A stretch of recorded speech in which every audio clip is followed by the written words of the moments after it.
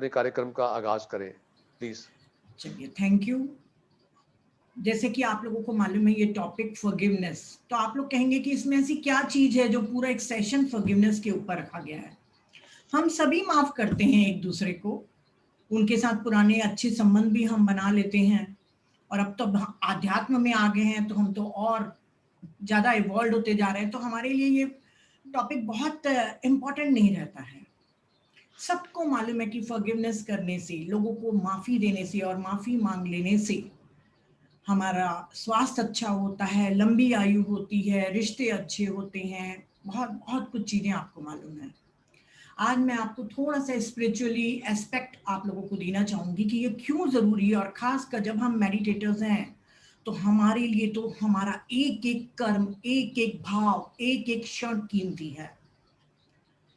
तो फ्रेंड्स, सभी धर्मों में क्षमा को एक महत्वपूर्ण अंग माना गया है हमारे जीवन का, पर क्रिश्चियनिटी, जो क्रिश्चियन धर्म है, उसने सर्वाधिक महत्व दिया है फॉरगिवनेस को। क्यों जीसस ने बार बार फॉरगिवनेस के बारे में कहा है? तो वहां से, और उसके बाद आप अगर जैन धर्म को जानते हैं तो वो पर्युषण पर्व के आखिरी दिन भी मिच्छामी दुक्कड़म करके लोगों से माफी मांगने का उनकी प्रथा है। बहुत प्यारी प्रथा है, पर दुर्भाग्य ये है कि वो प्रथा अब सिर्फ औपचारिक रह गई है, बिल्कुल ठीक वैसे ही जैसे हम सॉरी औपचारिक रूप से बोलते हैं। किसी को हमने हर्ट कर दिया, किसी से हमने ऊंची आवाज में बात कर ली, किसी का काम हम पूरा नहीं करे, बिगाड़ दिए, जो भी हम गलत करते हैं हम बोल देते हैं सॉरी। ना हमारा इंटेंशन होता है कि हम माफी मांग रहे हैं, और हम परवाह भी नहीं करते कि सामने वाला माफ कर रहा है कि नहीं। बस सॉरी एक ब्रिटिश साम्राज्य हमको प्यारा सा वर्ड देके चला गया, जिसको हम दिन रात यूज करते रहते हैं बिना इंटेंशन के, बिना कोई मोटिव के। तो मैं वहां से शुरू करती हूँ, जो मेरी बहुत प्रिय कहानी है भगवान बुद्ध से। भगवान बुद्ध एक दिन प्रवचन देने आए और एक रुमाल साथ मिलाए थे, और वो रुमाल में गठाने लगाते जा रहे थे, एक के बाद दूसरी, तीसरी, चौथी। सारे शिष्य सोचने लग गए कि इतने बड़े बुद्ध पुरुष इस रुमाल को क्यों बेकार कर रहे हैं। वो रुमाल गांठों के द्वारा एक छोटा सा कपड़े का चीथड़ा बन के रह गया, और उसमें सिर्फ गठाने रह गई। और फिर भगवान बुद्ध ने अपने एक शिष्य को कहा कि अब इस गठानों को खोलो। गठाने बहुत जोर से लगे थे, वो शिष्य बहुत मेहनत करने लग गया उस गठानों को खोलने के लिए। तो उन्होंने कहा, तथागत आपने बहुत जोर से लगाई है, मुझसे खुल नहीं रही है, और आप ही ने तो इसमें गठाने लगाई, आप ही ने तो इस रुमाल का दुरुपयोग करा, मतलब उसका महत्व कम कर दिया। तब भगवान बुद्ध बोलते हैं, ये रुमाल की भांति आप सभी का जीवन है। जैसे इस रुमाल में तुमको गांठें दिख रही हैं, वैसे ही हर मानव के अंदर मन में, अंतरतम में हजारों ग्रंथियां हैं, हजारों हजारों ग्रंथियां हैं, जिसे हमने स्वेच्छा से खुद गठानों को लगा के रखा है। और जब हम मेडिटेशन के थ्रू या किसी और के थ्रू हम जब खोलने की कोशिश करते हैं तो वो गठाने नहीं खुलती। भगवान बुद्ध ने कहा कि इतनी गठाने आप लोगों ने बांध दी हैं अपने मन में कि आपका जीवन ही व्यर्थ होते जा रहा है। वो गठाने कौन सी हैं? जलन, द्वेष, वैमनस्य, ईर्ष्या, जितने हमारे नेगेटिव इमोशन है वो सब हमने अपने आप में सहेज के रखे हैं, और स्वेच्छा से, हमें किसी ने बोला नहीं है, हम सारी गठानों को बांध के रखे हैं। और मेडिटेशन के टाइम में या आप चाहें भी तो उसको खोलने में बहुत मेहनत लगती है, लगाने में बहुत कम टाइम लगता है।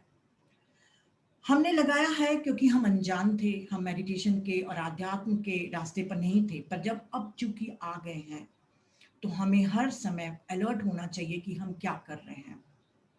जीवन की यात्रा बहुत लंबी है, बहुत से हमारे रिश्तेदार, हमारा परिवार, बहुत से को ट्रैवलर, हमारे फ्रेंड, बहुत बहुत लोग आते हैं हमारे जीवन में जो हमें हर्ट करके चले जाते हैं, और कई लोगों को हम ट्रिगर करते हैं कि वो हमें हर्ट करें।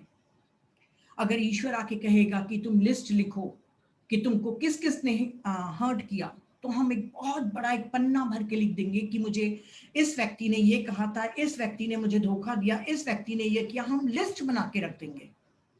और यहीं पे ईश्वर कहेगा कि तुम वो लिस्ट बनाओ जिसको तुमने हर्ट किया। हमने भी तो किया ना, वाचिक, मानसिक, हर तरीके से हमने हिंसा की है। अगर हमको लिस्ट बनाने बोलेगा तो हम याद नहीं कर पाएंगे, क्योंकि हम जब किसी को दुख देते हैं तो दुख देके भूल जाते हैं, पर जब दुख लेते हैं तब उसको बहुत बहुत सहेज के रखते हैं। हम किसी से माफी मांगना चाहते हैं तो हम चाहते हैं कि हमें माफी मिले। हमने कोई इतना बड़ा जघन्य अपराध नहीं किया है कि हमें माफ नहीं किया जाए। मैंने उनको सॉरी बोला, उनको माफ करना चाहिए। पर जब हमको माफी देने का टाइम आता है तो हम बहुत अच्छे से मास्क पहन के उनको कहते हैं इट्स ओके, नो प्रॉब्लम, आज के बाद बिल्कुल हमारा रिश्ता वैसा ही रहेगा, मैं आपको माफ कर दी, आप कोई गिल्ट मत रखिए, कोई बात नहीं, आप रिलीज हो गए, आपको मैंने माफ कर दिया। पर 5 साल के 10 साल के बाद भी यदि वो व्यक्ति आपके पास आता है या आपके सामने कभी भी वो मीटिंग में, पार्टी में, कहीं पे भी मिलता है, तो आपके सबकॉन्शियस माइंड आपको बिना पूछे आपकी मेमोरी को रिलीज करता है कि इस आदमी ने आपको दुख दिया था, इस आदमी ने आपको ये कमेंट किया था। हमने नहीं मांगा सबकॉन्शियस माइंड से, पर उसने दिया, उसका थॉट रिलीज हुआ, वो मेमोरी, हमारे इमोशन बन गए। हम ऊपर के 3 चक्रा से थॉट रिलीज करते हैं और नीचे के 3 चक्रा हमारे इमोशन के होते हैं। दोनों का, थॉट और इमोशन का जब कॉम्बिनेशन होता है, वो हमारी फीलिंग होती है, और वो उतनी ही घृणा, उतनी ही नफरत हम उस आदमी के साथ करते हैं। ठीक है, अभी हम सभ्य हो गए हैं, लोगों के सामने हमें नहीं दिखाना है कि हम किसी से ग्रजेस रख रहे हैं, तो हम बहुत प्यार से उससे बात कर लेते हैं, पर हमारी वाइब्रेशन उससे नफरत कर रही है, और मौका मिलते ही हम उसको कमेंट वापस कर देते हैं, चाहे 10 साल पहले उसने किया हो, क्योंकि हमारा परसेप्शन ये रहता है कि उस आदमी ने मुझे 10 साल पहले भी दुख दिया है तो आज भी वैसा ही है। जब आप हर दिन इवॉल्व हो रहे हैं, जब आप हर दिन बदल रहे हैं, तो क्या वो नहीं बदल रहा है? क्या हो नहीं सकता कि वो सुधर गया हो? पर हम अपना परसेप्शन बना के रखते हैं और उसको माफ नहीं करते हैं, और मौका मिलने पर हम उसे वापस कर देते हैं। तो सबसे मेन चीज हमारा जो ये गोल्डन रूल हमको जीसस क्राइस्ट ने दिया था कि बिल्कुल वैसा ही व्यवहार करो जैसा कि तुम अपने साथ चाहते हो, क्या हम कर पाते हैं? सिर्फ औपचारिक रूप से, ऊपरी तौर पे हम करते हैं, पर अंदर में हमारी वो नेगेटिव वाइब्रेशन हमेशा बनी रहती है। भगवान बुद्ध ने कहा कि जैसे जैसे आप ध्यान करते जाएंगे, आपका क्रोध क्षमा में बदल जाएगा। अगर हम मेडिटेशन कर रहे हैं तो क्या क्रोध क्षमा में 1-2 साल में या 6 महीने में बदल जाएगा?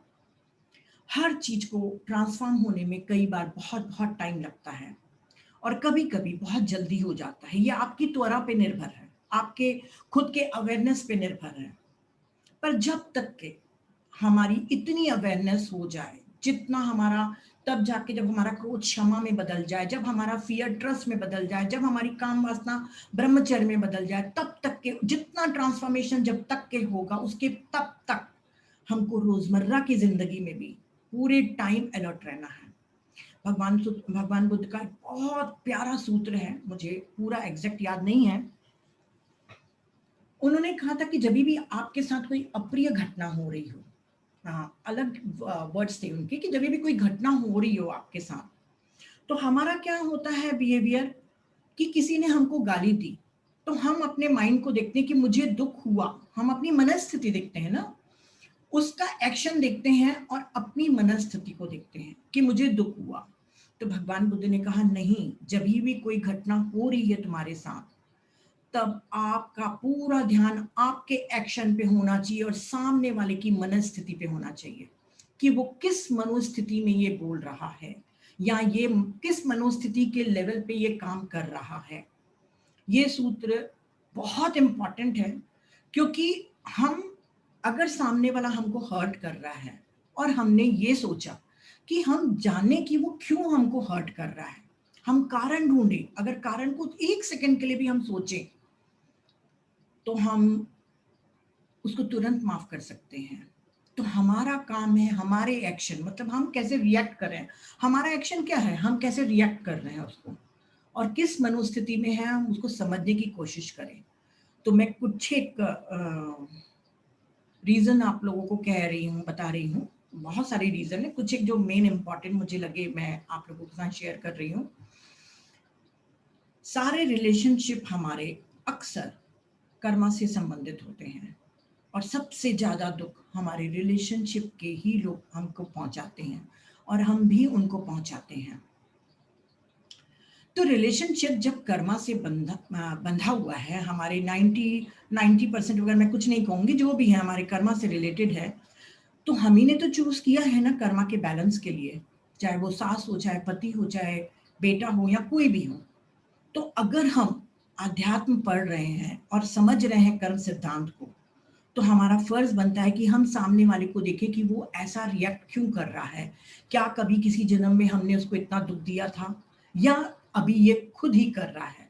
कर्म का एक ही डेफिनेशन है, जब आपको कोई दुख पहुंचाता है तो वो कर्म से रिलेटेड होता है। जब आप सिर्फ देख रहे हैं कि सामने वाला चिल्ला रहा है, तो वो आपके लिए को ट्रैवलर है, एक लर्निंग है। तो जब आपको दुख पहुंच रहा है वो कर्म है। तो आप जब कर्म खुद ही बनाए हैं, खुद ही क्रिएट करे हैं, तो उसको तो फॉरगिव करना ही पड़ेगा। आप ही ने तो चूज किया है इस अर्थ पे उसको लाने के लिए कि हाँ ये मेरी सास बनेगी, ये मेरी पति बनेंगे, ये मेरा भाई बनेगा, ये मेरा पिता बनेगा जो मुझे मारेगा, ये मेरी माँ बनेगी जो मुझे डांटेगी। जो भी हमारे रिलेशनशिप के हैं वो कर्मा से रिलेटेड हैं। तो जो भगवान बुद्ध ने कहा कि सामने की मनोस्थिति को देखो, तो पहला हमारा एक आता है कर्मा, क्योंकि वो वही रोल प्ले कर रहा है जो आपने रोल करने के लिए उसे दिया है। दूसरा होता है मेन कारण हमारा फॉल्स बिलीफ। जब भी लड़की बड़ी होती है तो हर माँ उससे, माँ नहीं, सोसाइटी ही कहती है कि माँ माँ होती है, सास सास होती है। ये परसेप्शन लेके, एक मान्यता लेके वो बड़ी होती है और ससुराल जाती है। पहले ही दिन उसके दिमाग में ये रहता है कि ये सास है, मेरी माँ नहीं हो सकती। ठीक वैसे ही सास के पास भी एक परसेप्शन होता है कि बहू बहू है, बेटी नहीं बन सकती। वहां से ही, जहां कहते हैं ना जैसे दृष्टि वैसे सृष्टि, जहां उनकी दृष्टि वो हुई कि वो मेरी माँ नहीं बन सकती, वो सोचेगी कि मेरी बेटी नहीं बन सकती, वहीं से ही उनका तनावपूर्ण रिश्ता चालू हो जाता है। और दूसरा जो सास बहू में जो मेन रीजन है, जो मैंने बहुत यूट्यूब्स में देखा और भी कई चीजों को मैंने पढ़ा, तो मुझे मालूम चला कि सास के में सबसे ज्यादा इनसिक्योरिटी रहती है कि कहीं बहू के शिकंजे में मेरा बेटा ना चले जाए। तो वो इनसिक्योरिटी के कारण वो फाइट, वो जेलेसी जो भी रहता है वो चलता है। और जो थोड़ा बहुत कसर रह जाती है वो हमारी एकता कपूर कर देती हैं। अगर वाकई मुझे प्राइम मिनिस्टर बना दिया जाए तो एकता कपूर को मैं देश निकाला दे दूं, क्योंकि उसने जितना हमारे इंडिया के एनवायरनमेंट को खराब किया है, सास लोगों के माइंड को रीप्रोग्रामिंग किया है, तो उससे बड़ा जघन्य पाप नहीं है। पर चलिए, सिर्फ एकता कपूर ही नहीं, बहुत से लोग ऐसे सीरियल बना रहे हैं, जैसे क्राइम पेट्रोल है, और भी कितने नेगेटिव सीरियल्स बन रहे हैं जिनके हमारी पूरी फैमिली बैठ के देखती है, बिना ये सोचे समझे कि उसका हमारे मन पर क्या असर होगा। हम सिर्फ सीरियल देख के भूलते नहीं हैं, वो सारी चीजें हमारी सबकॉन्शियस माइंड में जा रही हैं, जो हमारा बिहेवियर, हमारा पैटर्न बनाती हैं, और इसलिए हम रिएक्ट करते हैं। और जब रिएक्ट करते हैं तो रिलेशनशिप खराब होती है। तो ये 2-3 चीजें हैं जो फॉल्स बिलीफ और हमारी सीरियल हमारी लाइफ को खराब कर रही हैं। और ईगो प्रॉब्लम्स सबसे ज्यादा हस्बैंड वाइफ के बीच में भी होते हैं, लवर्स में भी होते हैं। और हस्बैंड वाइफ के बीच में तो ये भी रहता है कि दूसरे को बदल दें। अगर स्मोक कर रहा है तो स्मोक करना छोड़ें, ड्रिंक कर रहा है तो ड्रिंक करना छोड़ें। एक दूसरे को बार बार जलील करते हैं, फिर सॉरी भी बोल देते हैं। थोड़ी देर के बाद उन लोग घूमने भी चले जाएंगे मॉल में, पर 15 दिन के बाद भी अगर कोई पार्टी चल रही हो, फ्रेंड सर्कल का सब लोग बैठे हों, तो बीवी अपने हस्बैंड को जलील करने के लिए नहीं चुकेगी और हस्बैंड भी वाइफ को जलील करने के लिए नहीं चुकेगा, क्योंकि वो ग्रजेस, वो गठान अभी भी है। कोई किसी को नहीं बदल सकता। तो ये जो व्यर्थ की आपकी चीजें हैं कि हम अपने पति को, या पति सोचता कि मैं अपनी पत्नी को बदलूं, ये बेवजह अपनी एनर्जी को वेस्ट करना है। इससे भी ज्यादा हम जितना कहते हैं ना कि पेरेंट्स अपने बच्चों के ऊपर अत्याचार करते हैं, ओशो कहते हैं उतना अत्याचार कभी किसी ने नहीं किया। हम बच्चों को पढ़ाई के नाम पे, डिसिप्लिन के नाम पे, शिष्टाचार, एटिकेट्स के नाम पे हम बहुत मारते हैं, बहुत डांटते हैं, और जो उनकी गठाने बच्चों के मन में बार बार बनते जाती हैं। और बुढ़ापे में जब वो हमारी केयर नहीं करते हैं तो हम कहते हैं हमने तो कितना अच्छा पाला। अरे हमने तो पाला, पर कितनी गठाने दे दी उनको। तो ये जो भी हमारे बिहेवियर पैटर्न, ये जो मैं कारण आपको बता रही हूँ, वो हमारा बिहेवियर पैटर्न बनाता है। हमारे थॉट्स हमारे वर्ड्स बनते हैं, हमारे वर्ड्स हमारे एक्शन बनते हैं, हमारा एक्शन हमारा बिहेवियर बनता है, और वही बिहेवियर हमारी डेस्टिनी बनता है। तो आप सोच लीजिए कि वर्ड्स के द्वारा, थॉट्स के द्वारा हम कितना अपने लिए हेल और हेवन क्रिएट कर रहे हैं। और ईगो के प्रॉब्लम्स हमारी सोसाइटी में सबसे ज्यादा है। फ्रेंड्स हो, कलीग्स हो, जो भी हो, हम सभी ने अपने लिए एक अच्छी आवरण बना के रखा हुआ है, बहुत प्यारी सी मूर्ति बना के रखे हैं।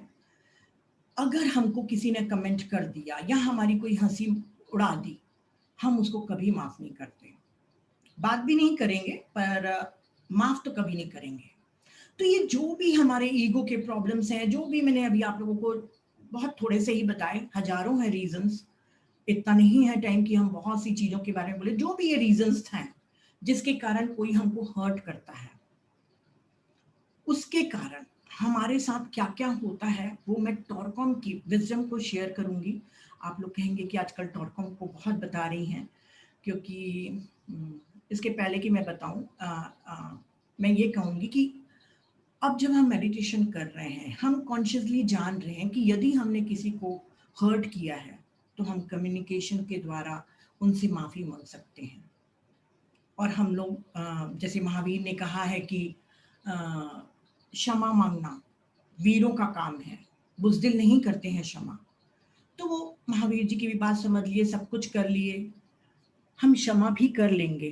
परंतु टॉरकॉम ने जितना इमोशनल और मेंटल बॉडी के ऊपर काम किया है, उतना शायद किसी भी एनलाइटेंड पर्सन ने नहीं किया है। थियोसॉफिकल सोसाइटी भी सबसे ज्यादा इसी बॉडी के ऊपर काम की है। क्योंकि हम हमेशा माइंड की बात करते हैं कि ठीक है, हमको दुख लगा, हम जाके माफी मांग लेंगे, माइंड की बात करते हैं हम जो 7 बॉडीज पढ़े हैं, उस 7 बॉडीज में हमारे साथ क्या क्या होता है जब हम ग्रजेस, अपने एंगर को दबा के रखते हैं, उसका फॉरगिवनेस का बहुत ही प्यारी व्याख्या टॉरकॉम ने की है। कर्मा एंड रीइंकार्नेशन के बुक में उन्होंने पूरा एक चैप्टर कर्मा एंड फॉरगिवनेस के ऊपर दिया है। उसके कुछ पॉइंट्स लूंगी। और एक बुक है लीडरशिप वॉल्यूम 2, उसमें भी उन्होंने फॉरगिवनेस के कुछ पॉइंट्स लिए हैं, जो मैं आपको सरल भाषा में बताने की कोशिश करूंगी। आप थोड़ा ध्यान से सुनिएगा, है थोड़ा कॉम्प्लिकेटेड, पर 7 बॉडीज आप लोग जान चुके हैं, तो मुझे लगता है कि आप लोगों को डिफिकल्ट नहीं होगा। उसके बाद हम टेस्टिंग करेंगे कि हम फॉरगिव करें हैं कि नहीं, और फिर हम जानेंगे मेथड्स की कौन कौन से मेथड हैं। तो उन्होंने कहा है कि फॉरगिवनेस जब हमको कोई दुख पहुंचाता है, तो हमको जब दर्द होता है, तो हमारे थॉट्स वो दर्द के बनते हैं।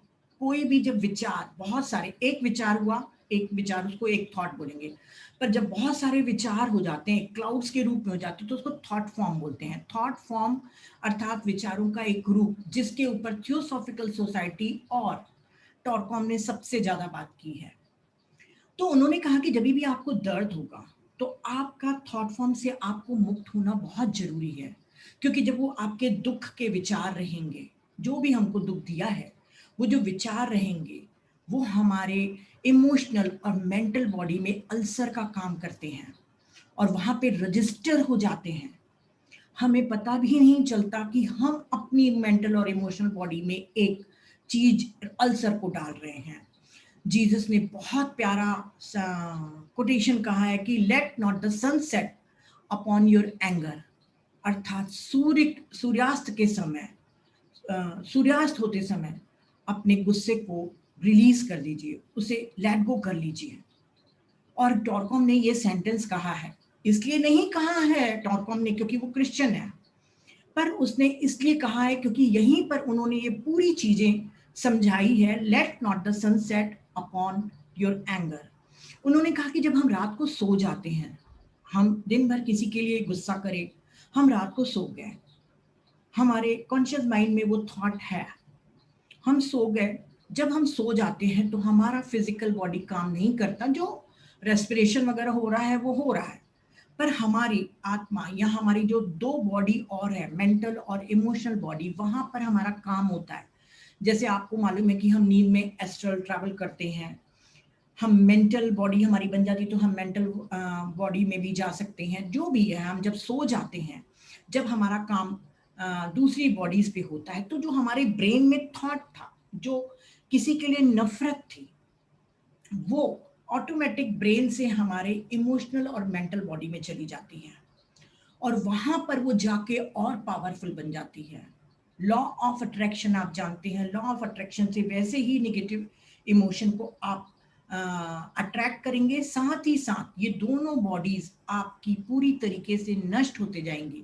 उन्होंने तो कहा है कि आपकी ऑरा को ये खाते जाएगा, आपका हेट्रेट, आपका कितना छोटा सा वर्ड है कि नफरत, पर वो हमारी दोनों बॉडीज, हमारी ऑरा को खाता है। और जो भी हमको टेंशन या इरिटेशन होता है उस आदमी से, वो हमारे नर्वस सिस्टम को भी खराब करता है। और जैसे हमारा नर्वस सिस्टम डिस्टर्ब हुआ, जो हम कॉस्मिक एनर्जी ले रहे हैं अपनी एथरिक बॉडी में, वो एथरिक बॉडी पूरी तरीके से लाइफ एनर्जी, कॉस्मिक एनर्जी को नहीं ले पाता। तो देखिए, दो बॉडीज तो जा रही है और ये एथरिक बॉडी में पूरी लाइफ एनर्जी नहीं आ रही है। और जब हमारे एथरिक बॉडी में लाइफ एनर्जी नहीं आएगी, तो आप सोचिए हमारे फिजिकल बॉडी में कहाँ से एनर्जी आएगी। तो किसी की नफरत, किसी से कोई घृणा, कोई भी चीज हमारी तीनों बॉडीज को खराब कर रहा है, जिसका परिणाम हमको फिजिकल बॉडी में बुरे स्वास्थ्य के रूप में मिलता है। हम पहचानते भी नहीं है कि हमको ये प्रॉब्लम क्यों हो रहा है। तो चलिए जल्दी जल्दी मैं कंप्लीट करती हूँ। तो जीसस ने एक और प्यारा सेंटेंस कहा है कि रिवेंज इज माइन। हमको लगता है कि बदला तो हम दूसरे से ले रहे हैं, बदला तो हम दूसरे से ही लेंगे ना, अपने आप से क्यों, अपने आप से कौन लेगा। पर जीसस ने कहा है नहीं, रिवेंज इज माइन। मतलब जब आप किसी के लिए बुरी भावना करते हैं या रिवेंज लेने की सोचते हैं, तो अगर आपने रिवेंज ले लिया, बदला ले लिया, तो आपने तो कर्म क्रिएट कर लिया। पर अगर रिवेंज नहीं लिया, सिर्फ थॉट फॉर्म में ही रखा, तब भी आप अपने शरीर को नुकसान पहुंचा रहे हो, अपने थॉट फॉर्म्स को खराब कर रहे हो, तब भी आप अपने स्वास्थ्य के साथ खिलवाड़ कर रहे हो। तो इसका अर्थ क्या हुआ कि रिवेंज इज माइन, मतलब हमको लगता है कि हम किसी और से रिवेंज ले रहे हैं, पर हम अपने आप से ले रहे हैं। ये बिल्कुल वही है नफरत। जैसे हम किसी से नफरत कर रहे हैं, ऐसे लग रहा है कि हम उसको जहर दे रहे हैं, पर किसी से नफरत करना, किसी से घृणा करना बिल्कुल वैसा ही है जैसे हम जहर पी रहे हैं खुद और सोच रहे हैं किसी और का नुकसान होगा। ये यूनिवर्सल ट्रुथ है कि जहर हम पिएंगे तो नुकसान भी हम ही को होगा। उन्होंने कहा है कि जब आप किसी से चिढ़ते हैं, तब आपका मेंटल कंसंट्रेशन भी खराब हो जाता है। और बहुत डीप में उन्होंने बताया है, जो मैं अभी टाइम कम के कारण नहीं बता पा रही हूँ। और हमारा फोकस अच्छे से नहीं हो पाता है, हमारा इरिटेशन, हमारा गुस्सा, हमारे जजमेंट और रिलेशनशिप को भी खराब करता है। जब हम माफ नहीं कर दे, हम किसी को माफ नहीं करते हैं और हमको लगता है कि वही गलत है, तब हमारे पास ये गलत फहमी रहती है कि मैं परफेक्ट हूँ, मैं सही हूँ। जबकि कबीर ने तो कहा है कि निंदक नियरे राखिए, आंगन कुटी छपाए। क्यों कहा है? उन्होंने कहा है कि आपको गलती बताने वाला सामने चाहिए, क्योंकि आप अपने में गलती नहीं ढूंढ पाएंगे। तो सामने वाला अगर हमारी गलती बता रहा है, तो हम अपने ईगो के कारण कि हम तो परफेक्ट हैं, हम उससे नफरत करके अपनी लर्निंग नहीं कर पाएंगे। बहुत अच्छी चीज है कि यदि कोई हमको कोई कुछ बोल रहा है, चाहे जैसे कोई कहेगा कि तुम बहुत बोलते हो, या तुम्हारे बिहेवियर में ये कोई खराबी है, तो पहले हमको उस क्रिटिसिज्म को एनकाउंटर करना चाहिए कि वाकई वो सही बोल रहा है। अगर सही बोल रहा है तो कोशिश करनी चाहिए कि सुधारें, और अगर नहीं सही बोल रहा है तो क्यों एंगर रखना। वो अपने फ्रस्ट्रेशन से बोल रहा है। आपको लेट गो करना इजी रहेगा जब आप दूसरों के मनस्थिति को समझोगे। इसीलिए मैंने आपको ये बुद्धा का वो बताया है। और उन्होंने कहा है कि जब हम मेडिटेशन करते हुए अपने इवोल्यूशन पाथ पे चल रहे हैं, तो सबसे ज्यादा आप ये वाली चीज याद रख लीजिए कि यदि हम नफरत करते रहे तो हम एस्ट्रल वर्ल्ड में स्टक हो जाते हैं, हम हायर वर्ल्ड्स में नहीं जाते। मैंने जब 7 बॉडीज बता रही थी, तो आप लोगों को याद होगा कि मैंने बताया था कि फिजिकल डेथ के बाद हमारी एस्ट्रल डेथ होती है, और एस्ट्रल डेथ के बाद हम मेंटल वर्ल्ड में जाते हैं, मेंटल वर्ल्ड से फिर हम कॉजल वर्ल्ड में जाते हैं, फिर रीइंकार्नेट होते हैं। याद आया आप लोगों को? तो जब हम किसी से नफरत करेंगे, तो हम एस्ट्रल वर्ल्ड में फंस जाएंगे।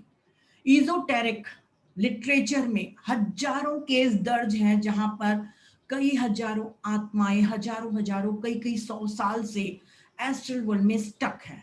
उसके बारे में भी उन्होंने बहुत डिटेल में बताया है, जो मैं नहीं बता सकती आपको।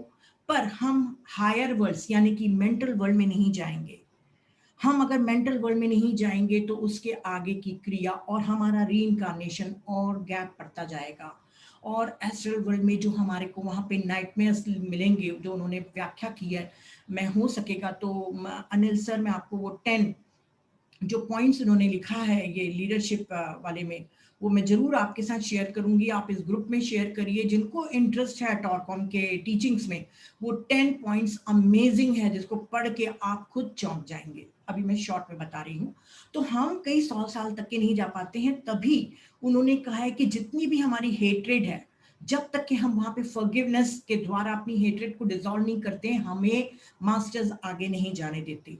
तो जो भी हमारे बुरे थॉट फॉर्म्स हैं, हमारे सेल्फ डिस्ट्रक्टिव हैं, और एक तरफ से स्लो सुसाइडल थॉट्स हैं।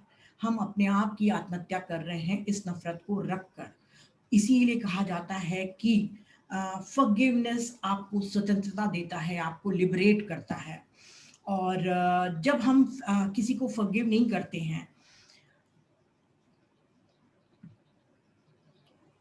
जब हम किसी को फॉरगिव नहीं करते हैं, उसको उसके प्रति हम नफरत रखते हैं, तो हमारे में, हम दोनों के बीच में एक चैनल बन जाता है। जब आप किसी से शत्रुता करते हैं, आप जब बार बार उसके बारे में सोचेंगे और करेंगे, तो हम दोनों के बीच में एक चैनल बन जाएगा और उसके सारे बुरे गुण आप खींचेंगे।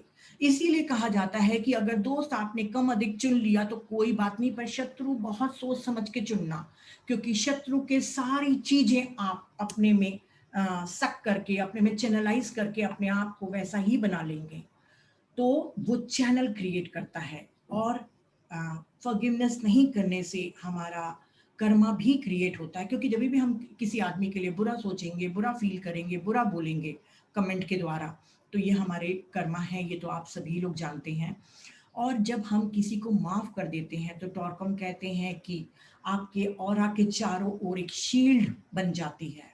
और वो शील्ड उस आदमी जिसको आपने फॉरगिव कर दिया है, वो जब हमारे बारे में गलत सोचेगा, क्योंकि जब भी इस दुनिया में कहीं पे भी आपके लिए कोई भी गलत सोच रहा है, तो वो वाइब्रेशन आपके पास पहुंचती है, आपकी मेंटल बॉडी, इमोशनल बॉडी में पहुंचती है। कॉन्शियसली आप नहीं जानते, पर पहुंचती है। तो उन्होंने कहा है कि जब हम किसी को फॉरगिव कर देते हैं, तो हमारी चेन कट जाती है और हम एक शील्ड हमारी ऑरा के चारों तरफ बन जाती है।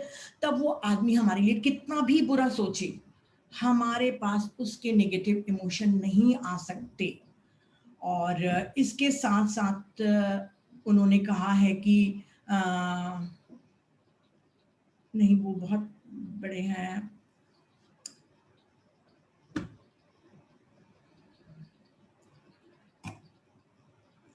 चलिए यहीं पे मैं खत्म करूंगी टॉरकॉम का विजडम। और उन्होंने एक बहुत प्यारा एक मेथड दिया है कि आप मानसिक तौर पे तो बहुत जल्दी माफ कर देते हैं कि चलो ठीक है, मेरी सासू माँ है, शायद अंदर से फ्रस्ट्रेशन होगी, या मेरे पति हैं, हम बहुत जल्दी मेंटली माफ कर देते हैं। हम सोचते हैं कि हम मेंटली माफ कर दिए हैं, पर हमारी फीलिंग उनके लिए नहीं चेंज होती है, मतलब हम इमोशनली उनको माफ नहीं कर पाते हैं। उसके लिए उन्होंने एक छोटा सा मेथड बताया है, जो मैं टॉरकॉम के विजडम के साथ ही आपको शेयर करना चाहूंगी। उन्होंने कहा है कि मैंने ये वाला एक्सपेरिमेंट अपने ऊपर किया कि जब मैं किसी से बहुत नफरत करता था, तो मैं उसको माफ नहीं कर पा रहा था, तो मैंने एक विजुअलाइजेशन किया। विजुअलाइजेशन का आपको पावर मालूम है कि बहुत ज्यादा होता है, और विजुअलाइजेशन हमारी एस्ट्रल बॉडी में काम करता है। एस्ट्रल मतलब हमारी इमोशनल बॉडी में। तो जिस भी आदमी से आप नफरत करते हैं, उसके बारे में आप सोचिए कि वो आपके लिए आपकी मनपसंद की कोई गिफ्ट लेके आ रहा है। आप बार बार विजुअलाइज करिए। तो जब आप विजुअलाइज करेंगे, तो उसके लिए आप लव रेडिएट करने लग जाएंगे। तो उन्होंने कहा है कि अगर ये भी आपको और इंटेंस करना है उस फॉरगिवनेस को, तो आप एक ऐसा विजुअलाइज करिए कि आप किसी खतरे में हैं, चाहे आपका एक्सीडेंट होने वाला हो, चाहे और कोई हो, आपको वो बचा रहा है उस खतरे से। जो हमको बचाएगा हमारे लिए, तो उसके लिए बहुत ही कंपैशन, लव रहेगा ही। तो बोले आप उस खतरे से मुझे वो बचा रहा है, मेरे लिए गिफ्ट ला रहा है, ऐसे विजुअलाइज करके अपने लव को रेडिएट खुद ही होने दे दीजिए, और आप देखेंगे कि जो आपकी हेट्रेड है वो धीरे धीरे मेल्ट हो जाएगी। मैंने इस एक्सपेरिमेंट को अभी तक के नहीं किया है, मेरा काम है आपको उनका टीचिंग बता देना। और उन्होंने कहा कि जैसे जैसे आप इसमें निपुण होते जाएंगे आपकी हेट्रेड गायब हो जाएगी। और जीसस ने कहा है कि those who forgive will be forgiven, अर्थात जो कोई भी माफ कर देता है, तो टॉरकॉम कहते हैं कि आपके कर्मा का टैक्सेशन, जो हम कर्मों के कर चुकाते हैं, वो माफ कर दिए जाते हैं और हमारी जरूरत पड़ने पर भी हमारे को माफ कर दिया जाता है हमारे लॉर्ड्स ऑफ कर्मा के द्वारा। टॉरकॉम और थियोसॉफिकल सोसाइटी हमेशा कर्म के देवता के बारे में बात करते हैं, बुद्धा नहीं करते हैं, पर जो टीचिंग के बारे में बता रही हूँ इसीलिए मैंने आपके साथ शेयर किया। तो चलिए, ये तो हमने देख लिया, ऑलरेडी टाइम हो रहा है। तो अब हमने माफ करने का नहीं, ये नेसेसरी है हमारे लिए कि क्यों जरूरी है, मैंने टॉरकॉम का बताया। और इसके साथ ही साथ मैं बता रही हूँ कि जो मैं शॉर्ट में आप लोगों को बता रही हूँ कि जब हम किसी के लिए नफरत रखेंगे, कुछ भी रखेंगे, तो हमारी हेल्थ खराब होगी, आप सभी को मालूम है। जब हम किसी के लिए नफरत रखेंगे, हम चिड़चिड़े होंगे, तो हमारी रिलेशनशिप खराब होगी, हमारे बच्चों पे गुस्सा निकलेगा, सब पे निकलेगा, ये भी आपको मालूम है। आपकी आयु कम होगी, ये भी आपको मालूम है। पर सबसे मेन चीज जो कई लोगों को नहीं मालूम है कि हमारे जिनके घर में छोटे बच्चे हैं, अगर वो हस्बैंड वाइफ लड़ रहे हैं, तो आप यकीन मानिए कि उनके बच्चों की तबीयत कभी भी अच्छी नहीं रहेगी। जब मैं आप लोगों को ब्रेन वेव्स बता रही थी, तब आप लोगों को मैंने ब्रूस लिप्टन का बताया था कि 7 इयर्स तक के बच्चे हमारे वाइब्रेशन को लेते हैं। चाहे हम कितनी भी धीमी आवाज में बात करें, जब बच्चा सो रहा है तब भी हमारी वो वाइब्रेशन हमारे थॉट्स को लेते हैं। तो जब कोई माँ बहुत एंगर रखती है, नेगेटिविटी रखती है, तो उसके बच्चे की तबीयत खराब होती है। ये मेरे साथ इतने बार हुआ है कि जब भी मेरी कोई फ्रेंड जूम वाली मुझे फोन करते हैं कि मैडम मेरे हस्बैंड से रिलेशन अच्छा नहीं चल रहा है, तो मैं उनसे पूछती हूँ आपके पास बच्चा है? तो हाँ है। तो अक्सर बीमार रहता है? तो उसका आंसर 99.9% एक ही होता है, यस। और मैं उनको बताती हूँ कि आप नेगेटिव फील करते हो, इसीलिए आपका बच्चा सफर कर रहा है। तो वो सामने से एक लेडी ने तो मुझे इतना कह दिया कि मैं तो मैडम 6 महीने से अपनी मदर इन लॉ को माफ कर रही हूँ, मैं रोज मेडिटेशन में रिलीज करती हूँ कि मैंने माफ कर दिया, मैंने माफ कर दिया, तो आप कैसे कह रही हैं फॉरगिव नहीं किया मैंने और मैं नेगेटिव हूँ? मैंने कहा आधे घंटे से जो सास के बारे में आप तुम बोल रहे थे, तो वो क्या था? वो पॉजिटिव वर्ड्स तो नहीं थे। बोले नहीं, वो तो मैं शेयर कर रही थी। मैंने कहा शेयर तो तुम तो अपनी तरफ की स्टोरी नहीं बता रहे हो, तुम तो वही बता रहे कि मेरी सास ने ये किया, मेरी सास ने ये किया। जब भी हम किसी को बार बार पॉइंट आउट करते हैं, ये वाला पॉइंट भी मैं भूल गई आप लोगों को बताना, कि जब भी हम विक्टिम कॉन्शियसनेस में रहते हैं कि इसने मुझे दुख दिया, इसने मुझे दुख दिया, तब तक के यूनिवर्स बार बार हमारे को वही क्रिएट करेगा जब तक कि हम फॉरगिवनेस ना सीख ले। तो वो लेडी जो बार बार अपनी सास की बुराई करी, तो मैंने कहा अगर नेगेटिव नहीं हो तो तुम्हारा बच्चा क्यों बीमार पड़ रहा है?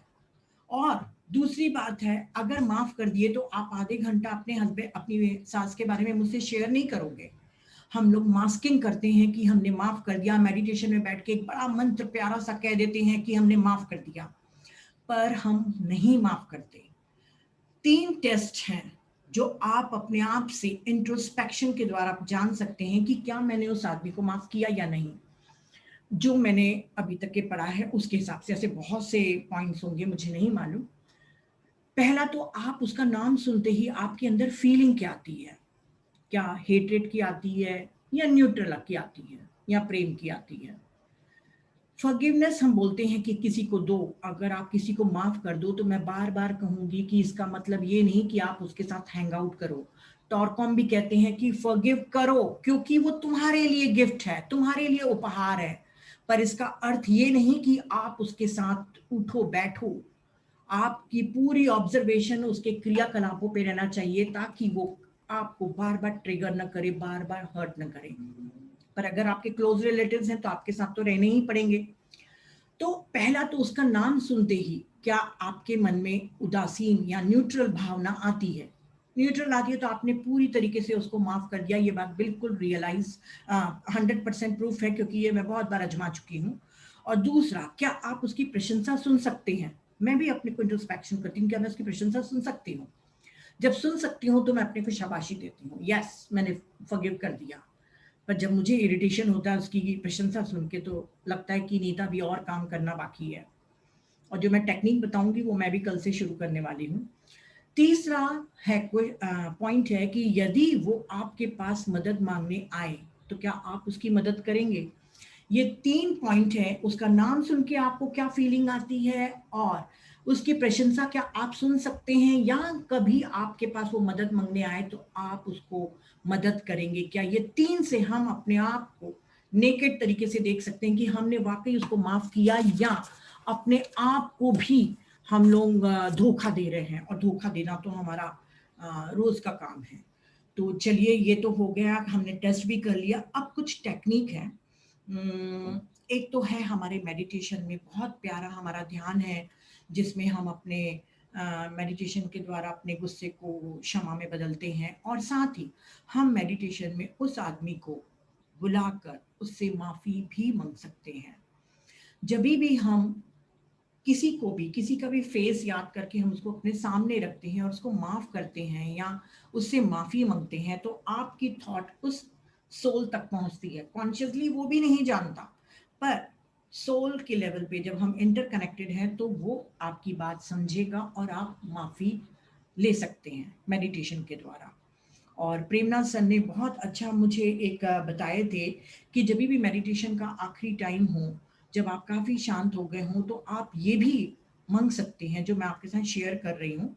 मैंने उसको 3-4 बार बोला है, मतलब 3 दिन तक के लगातार संकल्प करके बोला है कि जब से मैं इस आत्मा इस मानव रूप को लेकर आई हूँ, उस समय से लेके आज तक जितने भी मैंने प्लांट किंगडम, एनिमल किंगडम और ह्यूमन किंगडम को दुख पहुंचाया है, उन सभी आत्माओं से, उन सभी प्राणियों से मैं माफी मांग रही हूँ। मेरी अज्ञानता थी कि मैं आप लोगों के साथ दुर्व्यवहार किया, और आप लोग भी मेरे साथ मेडिटेशन करिए और मुझे माफ करके मुझे रिलीज करिए। ये बहुत पावरफुल संकल्प लेके वो कराते हैं प्रेमनाथ सर, तो मैं चाहती थी कि मैं आप लोग के साथ शेयर करूं। या जैसे आपका किसी व्यक्ति से आपका है हेट्रेड, तो आप मेडिटेशन में उसको बुला के माफ भी कर सकते हो और अपने आप को भी माफ कर सकते हो। सेल्फ फॉरगिवनेस भी हमको जरूरी है। तो ये हमारी टेक्निक हुई। पहला है मेडिटेशन के द्वारा, दूसरा है कम्युनिकेशन के द्वारा। जैसे भगवान महावीर ने कहा कि आप वीरों का काम है क्षमा मांगना, तो आप जाके उससे माफी मांगिए। हम छोटे नहीं हो जाएंगे अगर हम अपनी गलतियों की माफी के लिए नहीं सॉरी बोले। मैं भी बोलती हूँ, जहाँ पे मेरी गलती नहीं हो वहां पर भी मैं अपने रिश्तों को सुधारने के लिए सॉरी बोलती हूँ। अगर आप डायरेक्ट नहीं बोल सकते तो आजकल व्हाट्सअप बेहतरीन हमारे पास टूल्स है, आप व्हाट्सअप में मांग लीजिए कम्युनिकेशन। और अगर आपका कोई फ्रेंड है या आपका कोई करीबी आपके परिवार का सदस्य है, तो जो संजय दत्त ने जादू की झप्पी बोला था वो बेहतरीन है, वो बहुत बहुत पावरफुल है। मतलब मेरे हस्बैंड नाराज हो जाते हैं तो बस एक जादू की झप्पी दे दो, वो माफ हो जाते हैं और वहीं पे ही हमारा रिलीज हो जाता है एंगर। तो हम उनसे जाके भी माफी मांग सकते हैं कॉन्शियसली। ये सब चीजें हुई मेडिटेशन की भी।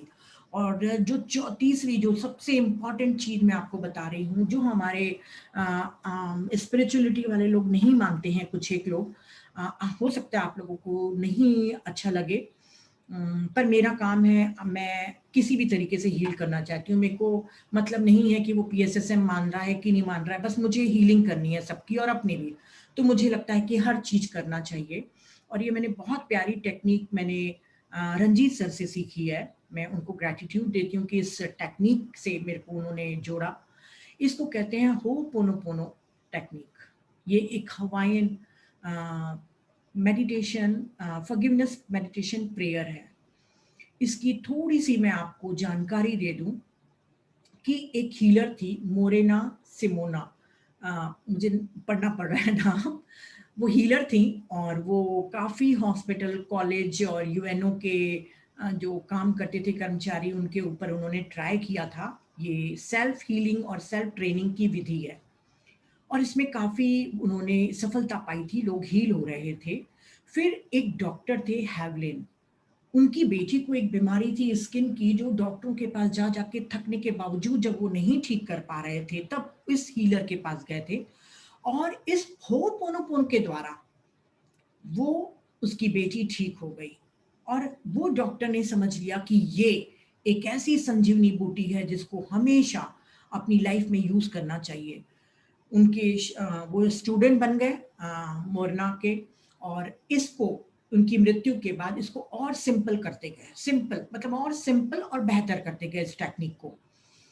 फिर जब इनकी पोस्टिंग, क्योंकि वो डॉक्टर थे, डॉक्टर हेवलिन, तो जब उनकी पोस्टिंग एक हवाईन मेंटल हॉस्पिटल में हुई, तो वहां पर कोई भी डॉक्टर 1 महीने से ज्यादा नहीं रह पाता था, सब ट्रांसफर करके भाग जाते थे, क्योंकि वहां पे जो पेशेंट थे वो क्रिमिनल थे, रेप, मर्डर्स और अटैक्स इन सब में इन्वॉल्व रहते थे और मेंटली विक्षिप्त टाइप के थे और अटैक करती थी। तो सभी मेंटल हॉस्पिटल, उस मेंटल हॉस्पिटल में जब इनको ट्रांसफर कर दिया गया, तो ये बड़े खुश होके आते थे रोज सवेरे ऑफिस में और किसी भी पेशेंट से नहीं मिलते थे, सिर्फ और सिर्फ फाइल्स देखते थे पेशेंट लोगों की और कुछ कुछ बोलते रहते थे और वो चले जाते थे शाम को। सारी नर्सें आश्चर्य करती थी कि ये आदमी कैसा डॉक्टर है जो कोई पेशेंट से नहीं मिल रहा है और क्या हो रहा है। वो हॉस्पिटल एक मेस था, बहुत ही प्यारा, आपको गूगल में इसके बारे में जानकारी मिल जाएगी, मैं शॉर्ट में कह रही हूँ।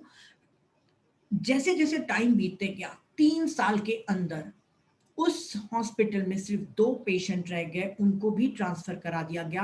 हॉस्पिटल एक सुंदर गार्डन के रूप में बदल गया, हर जगह पेंट होने लग गए, सारे पेशेंट हील होने लग गए। तो यूएनओ के जो ऑफिसर से जब उनके पास जाके पूछे कि हेवलिन के पास कि आपने ऐसा क्या किया कि यहाँ के सारे क्रिमिनल ठीक हो गए और तुम तो किसी से मिले भी नहीं हो, तो उन्होंने कहा कि मैंने कुछ भी नहीं किया, मैंने सिर्फ होपोनोपोनो मेथड को दिन रात यूज किया। जब भी मैं ऑफिस में बैठता था, फाइल्स देखता था और होपोनोपोनो बोलता था। तो बोले ऐसा क्या है इस चीज में जो आप इतना कुछ कर दिए। उन्होंने जो बहुत ही प्यारा आंसर दिया जो मेरे दिल को छू लिया, और सीरियसली हमें कभी ट्राई करना चाहिए, क्योंकि जब तक कि हम एक्सपेरिमेंट नहीं करेंगे हम नहीं जान पाएंगे कि उसकी वैल्यू क्या है। तो उन्होंने कहा कि ये जो टेक्निक है वो सिर्फ आपकी मेंटल, इमोशनल, स्पिरिचुअल क्लीनिंग ही नहीं करता, आपके आसपास के वातावरण की भी करता है। और हम आसपास के वातावरण से भी इंटरकनेक्टेड हैं। आप जिस घर में रह रहे हैं, जिस लोगों के साथ उठ बैठ रहे हैं, जो हमारे खानदान है, जो हमारी फैमिली है, उनसे हम इंटरकनेक्टेड हैं। अगर इस रूम में अभी 10 व्यक्ति आ जाएंगे तो उनके साथ भी मैं इंटरकनेक्टेड हो जाऊंगी। तो सिर्फ अपनी हीलिंग करने के लिए हम मेडिटेशन कर लेते हैं, परंतु ये मैं गारंटी नहीं लेती, मैंने अभी तक के जो सुना है और जो समझा है कि वो आसपास के भी एनवायरनमेंट की क्लीनिंग करता है। और उन्होंने बहुत ही सुंदर तरीके से लिखा हुआ है कि अगर कहीं पे भी कोई गलत चीज हो रही है और हम उस चीज को जानते हैं तब भी हम उसके जिम्मेदार हैं और क्लीनिंग करना हमारा काम है। जो वटेवर जो भी आप पढ़ना चाहें पढ़ लीजिएगा। तो उनमें ये 4 सेंटेंस थे और उसका पहला है सेंटेंस, बहुत ही छोटे छोटे सेंटेंस हैं, I am sorry. I am sorry आपको किसी व्यक्ति के लिए नहीं बोलना है, यूनिवर्स के लिए बोलना है, क्योंकि हर व्यक्ति, हर प्लांट, हर एनिमल जिसको भी हमने हार्म पहुंचाया है वो उस यूनिवर्स का एक हिस्सा है। और पश्चाताप सबसे पावरफुल चीज है आपके कर्मा को काटने के लिए। जब भगवान बुद्ध के ऊपर किसी ने थूक दिया था और दूसरे दिन जब जाके भगवान बुद्ध से माफी मांगा था, तो भगवान बुद्ध ने उससे कहा था कि किससे माफी मांग रहे हो। जिसके ऊपर थूके थे वो आदमी चला गया, मैं तुम्हें पहचानता भी नहीं। क्योंकि पश्चाताप के आंसू वो आदमी रो रहा था, क्योंकि वो गिड़गिड़ा रहा था। तो अपने जब आनंद ने पूछा कि आपने इतनी जल्दी क्यों माफ कर दिया था, भगवान बुद्ध ने कहा था कि पश्चाताप से बड़े बड़े आपके कर्म तक धुल जाते हैं। तो आई एम सॉरी, पश्चाताप सारी अपने इस यूनिवर्स को कि मैंने गलती करी है, ये सेंटेंस है। दूसरा सेंटेंस है प्लीज फॉरगिव मी। आप अपने यूनिवर्स से अपनी गलती को मान कर आप उनसे अपने लिए माफी मांग रहे हैं। और तीसरा सेंटेंस है थैंक यू। थैंक यू ये एज्यूम करते हुए कि इस पूरे यूनिवर्स ने जितने भी लोगों को हमने दुख दिया है वो सारे सारे लोगों ने हमें माफ कर दिया, ये हमको एज्यूम करते हुए, ये मानकर, क्योंकि हम एफर्मेशन बोलते हैं तो ये मानते हैं ना कि वो प्रेजेंट मोमेंट में हो रहा है। वैसा ही है कि हम ग्रेटिट्यूड की भावना दे रहे हैं कि आप सभी लोगों ने मुझे माफ कर दिया, थैंक यू। ये तीसरा सेंटेंस है। चौथा सेंटेंस है आई लव यू।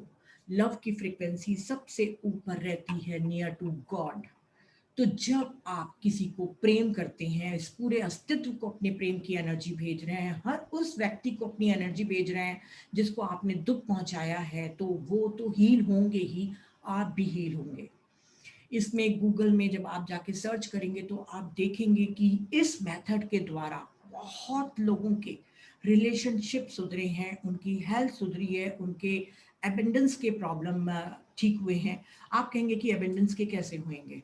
तो एबेंडेंस के कई बार हमारी सफलता हमारे आसपास के नेगेटिव इमोशन के कारण भी रुकती है। आप सर्च कर लीजिएगा।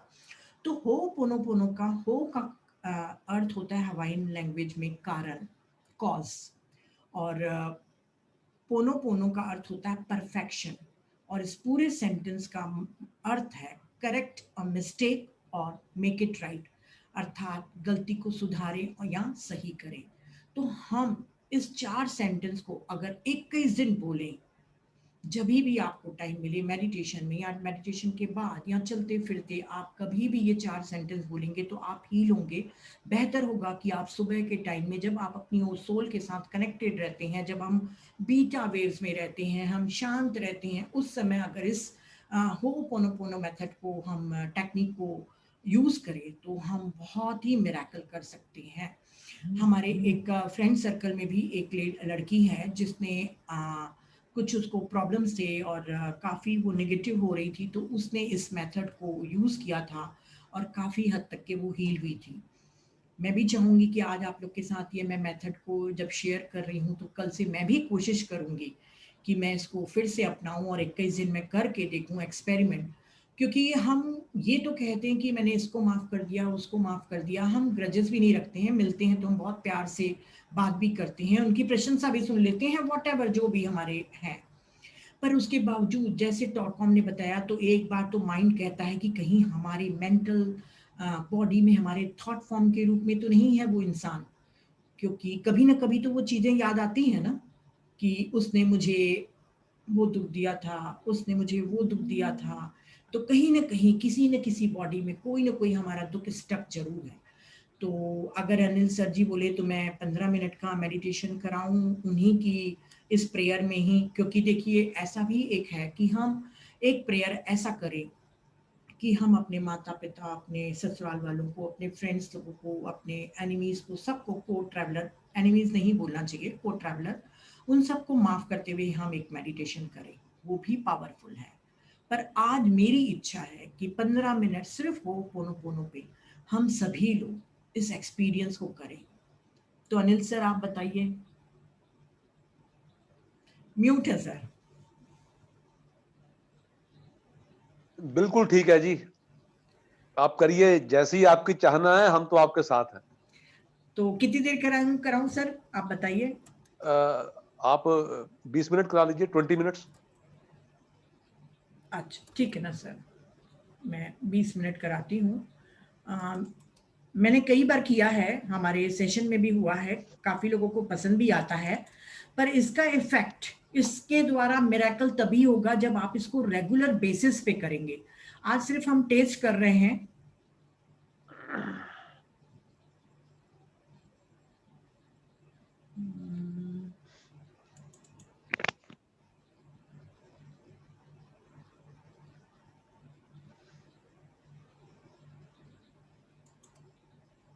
मुझे 1 मिनट का समय दीजिए, मैं ढूंढ रही हूँ। हाँ हाँ।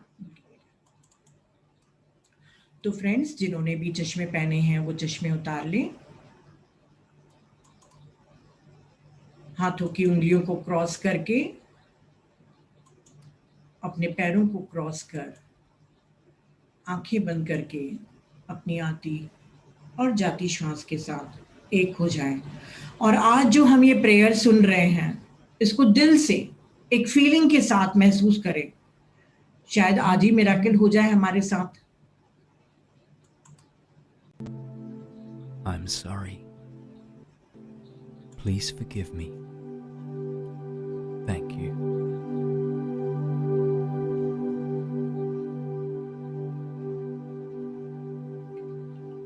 I love you. I'm sorry. Please forgive me. Thank you.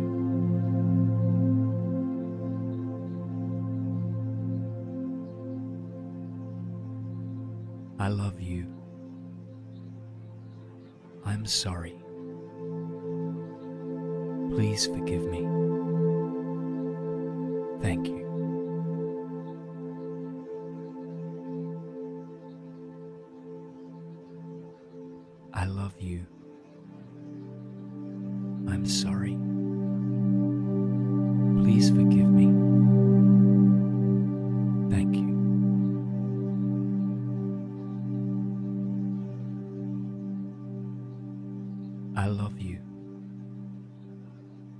I'm sorry. Please forgive me. Thank you.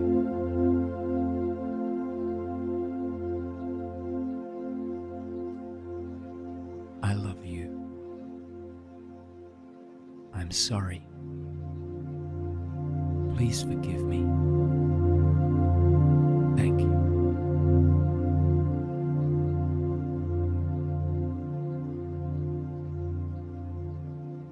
I love you. I'm sorry. Please forgive me. Thank you.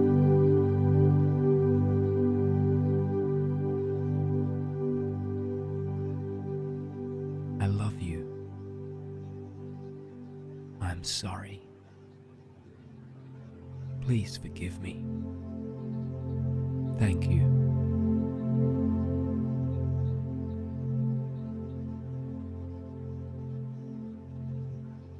I love you. I'm sorry. Please forgive me. Thank you.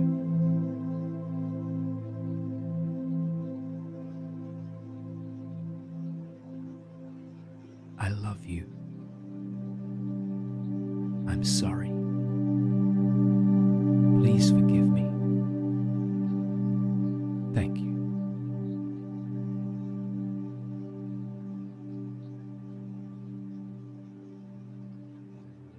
I love you.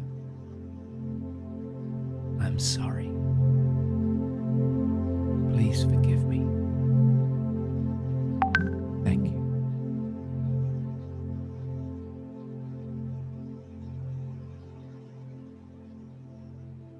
I love you. I'm sorry. Please forgive me. Thank you.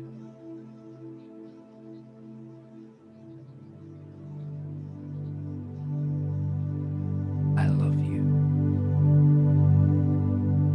I'm sorry. Please forgive me. Thank you.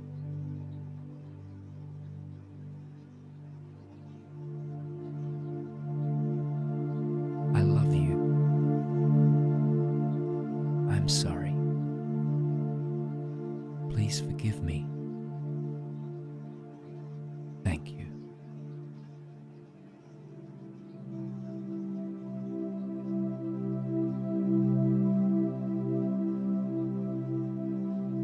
I love you. I'm sorry. Please forgive me. Thank you.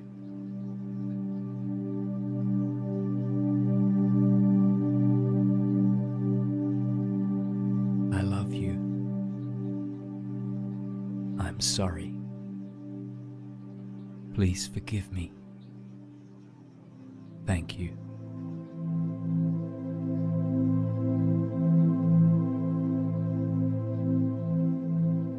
I love you. I'm sorry. Please forgive me. Thank you.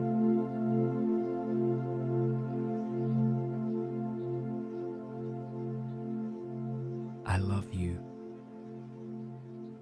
I'm sorry. Please forgive me. Thank you.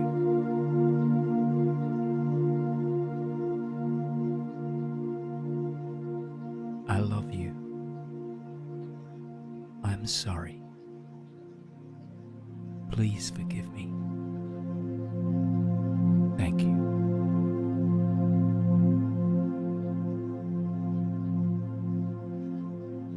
I love you. I'm sorry. Please forgive me. Thank you.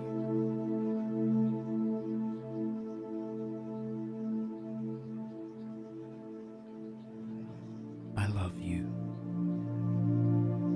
I'm sorry. Please forgive me. Thank you.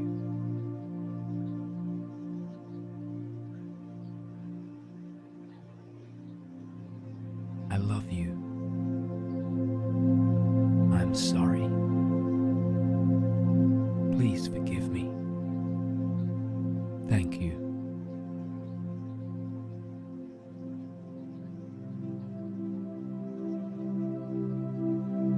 I love you. I'm sorry. Please forgive me. Thank you.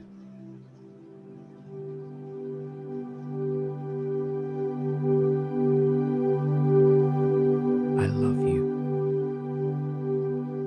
I'm sorry. Please forgive me. Thank you.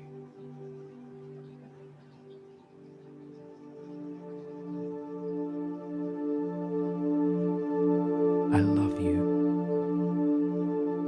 I'm sorry. Please forgive me. Thank you.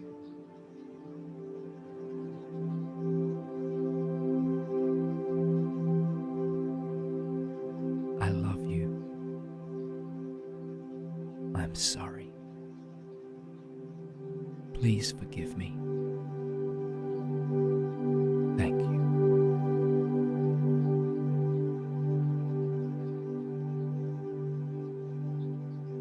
I love you. I'm sorry. Please forgive me. Thank you.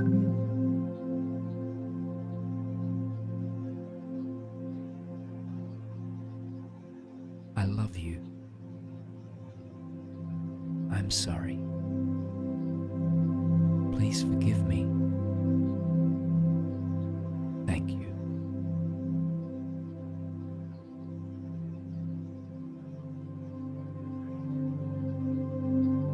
I love you. I'm sorry. Please forgive me. Thank you.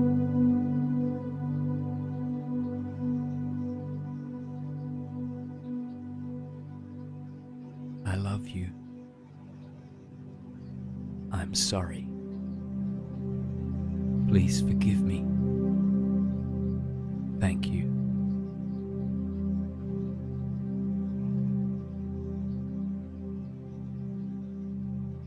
I love you. I'm sorry. Please forgive me. Thank you.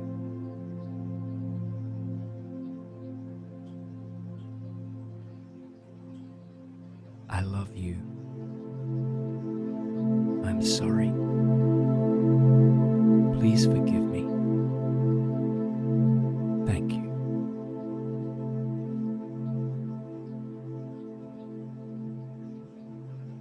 I love you. I'm sorry.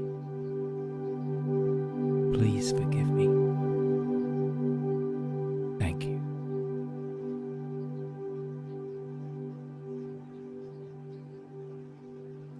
I love you. I'm sorry. Please forgive me. Thank you.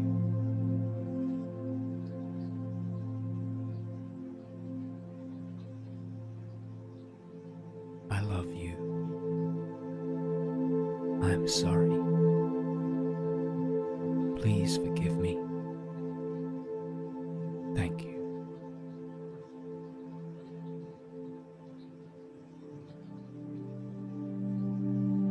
I love you. I'm sorry. Please forgive me. Thank you.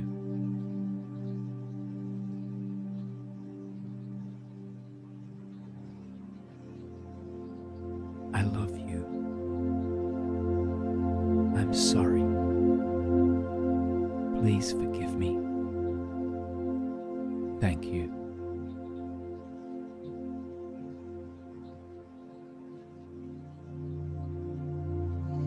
I love you. I'm sorry. Please forgive me. Thank you.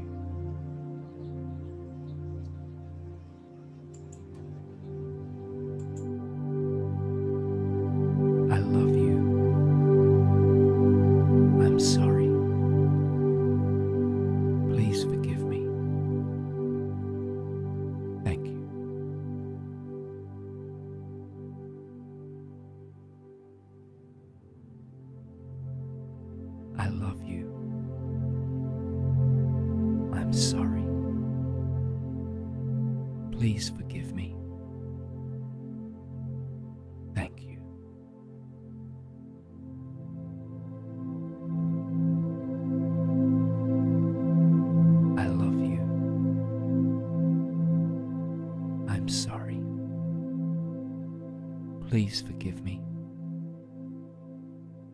Thank you.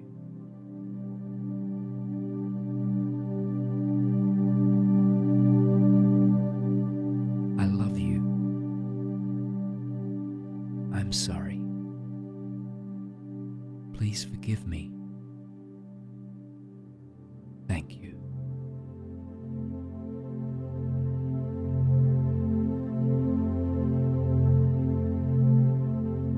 I love you. I'm sorry. Please forgive me. Thank you.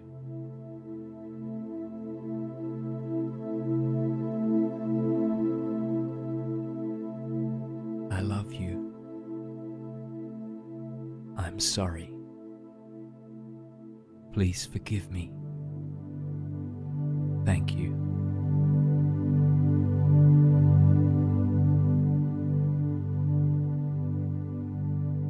I love you.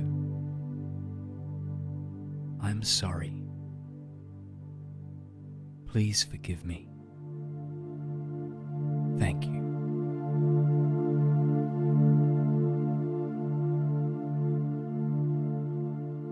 I love you. I'm sorry. Please forgive me. Thank you.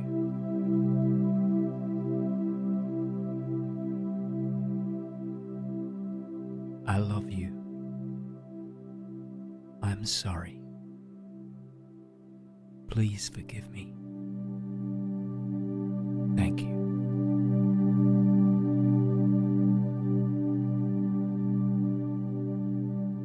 I love you.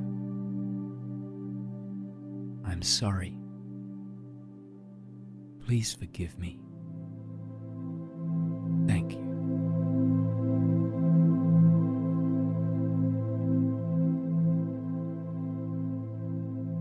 I love you.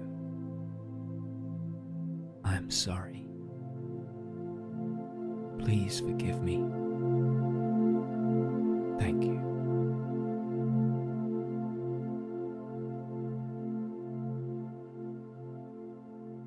I love you. I'm sorry. Please forgive me. Thank you.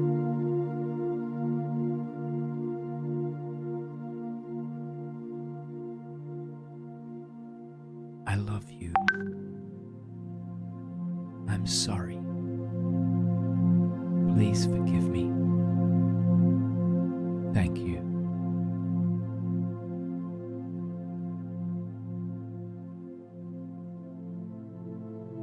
I love you.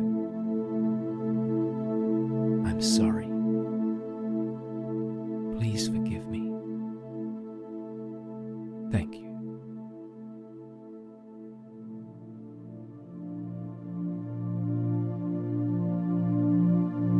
I love you. I'm sorry. Please forgive me. Thank you.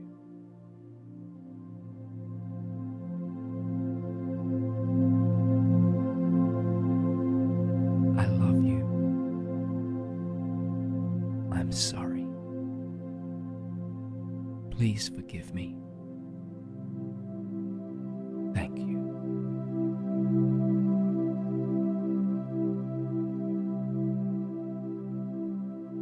I love you. I'm sorry. Please forgive me. Thank you.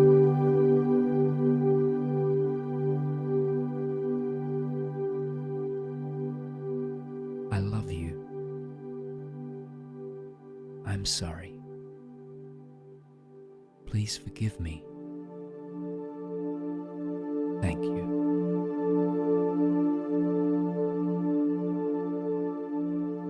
I love you.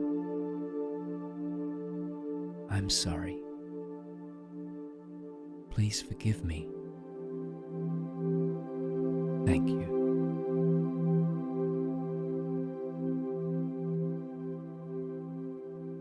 I love you. I'm sorry.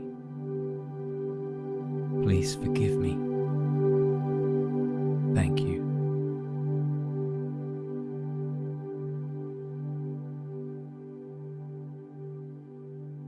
I love you.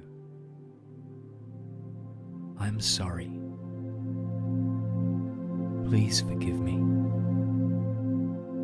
Thank you.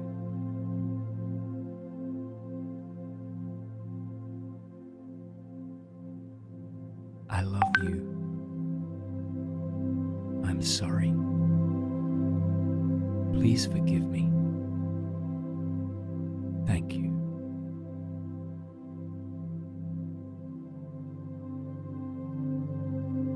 I love you. I'm sorry. Please forgive me. Thank you.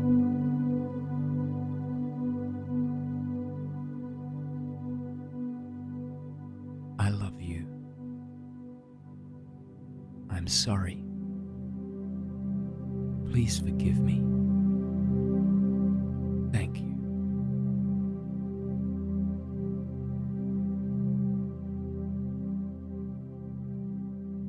I love you. I'm sorry.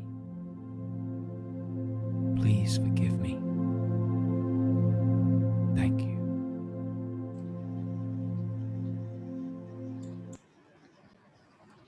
आखिरी के 1 minute ये भाव करते हुए कि हमारी emotional, mental body पूरी तरह से शुद्ध हो गई है। अब हमारे इस मन में, अपनी इन सटल बॉडीज में किसी के लिए कोई वेमेनस से कोई बैर, कोई शत्रुता नहीं है। इस पूरे अस्तित्व, इस ब्रह्मांड को और अपने गुरु को धन्यवाद दे दीजिए। आखिरी के 10 सेकंड। 9, 8, 7, 6, 5, 4, 3, 2, 1, 0। अपने दोनों हाथों की हथेलियों को अपनी आंखों के ऊपर ले जाकर 5, 4, 3, 2, 1, 0। हाथों को खोलते हुए अपनी आंखों को भी आहिस्ता आहिस्ता खोल लीजिए। तो फ्रेंड्स, अपने आप के लिए, अपने ध्यान के लिए, हमारे प्रिय गुरु के लिए जोरदार ताली। Thank you, thank you, thank you, thank you. आखिरी में मैं 2 चीजें कुछ कहना चाहती हूँ कि फ्रेंड्स, अभी जितना भी आप लोगों ने सुना, इसके अलावा भी बहुत सी चीजें हैं जो मैं नहीं शेयर कर पाई, पर एक और चीज आपको बताना जरूरी समझती हूँ कि जब आप फॉरगिव नहीं करते हैं तब आपका मेडिटेशन अच्छा नहीं लगेगा। आपको तो नींद नहीं आएगी, वो एंगर जब जब याद आएगा, वो हमको सबको मालूम है, शांति वगैरह वो जो भी है, पर सीक्रेट सूत्र है आपके डीप मेडिटेशन का फॉरगिवनेस। मेरा खुद का एक्सपीरियंस 2 मिनट में शेयर करूंगी।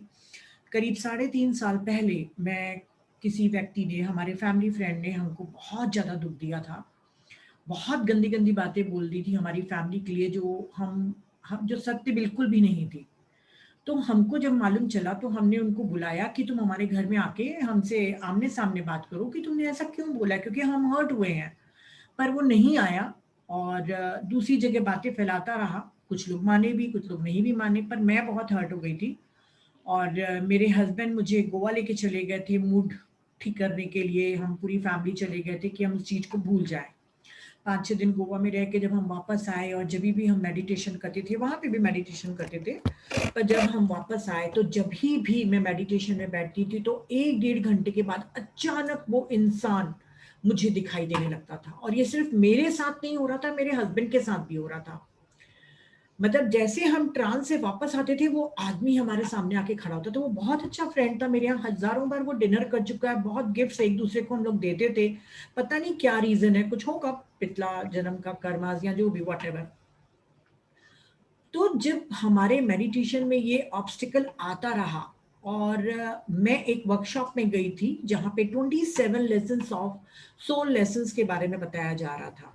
हमारे 27 लेसन्स होते हैं जो हर आत्मा को सीखना है। उसमें फॉरगिवनेस था कि ये सीक्रेट सूत्र है हमारे डीप मेडिटेशन के लिए। मैं और मेरे हस्बैंड जब लौट के आए, क्योंकि हम लोग दोनों ने वर्कशॉप अटेंड किया था, जब हम लोग वापस लौट के आए तो हमने कहा कि चलिए अब जब इतना वर्कशॉप अटेंड कर ही लिए तो एक बार ट्राई करके देखते हैं।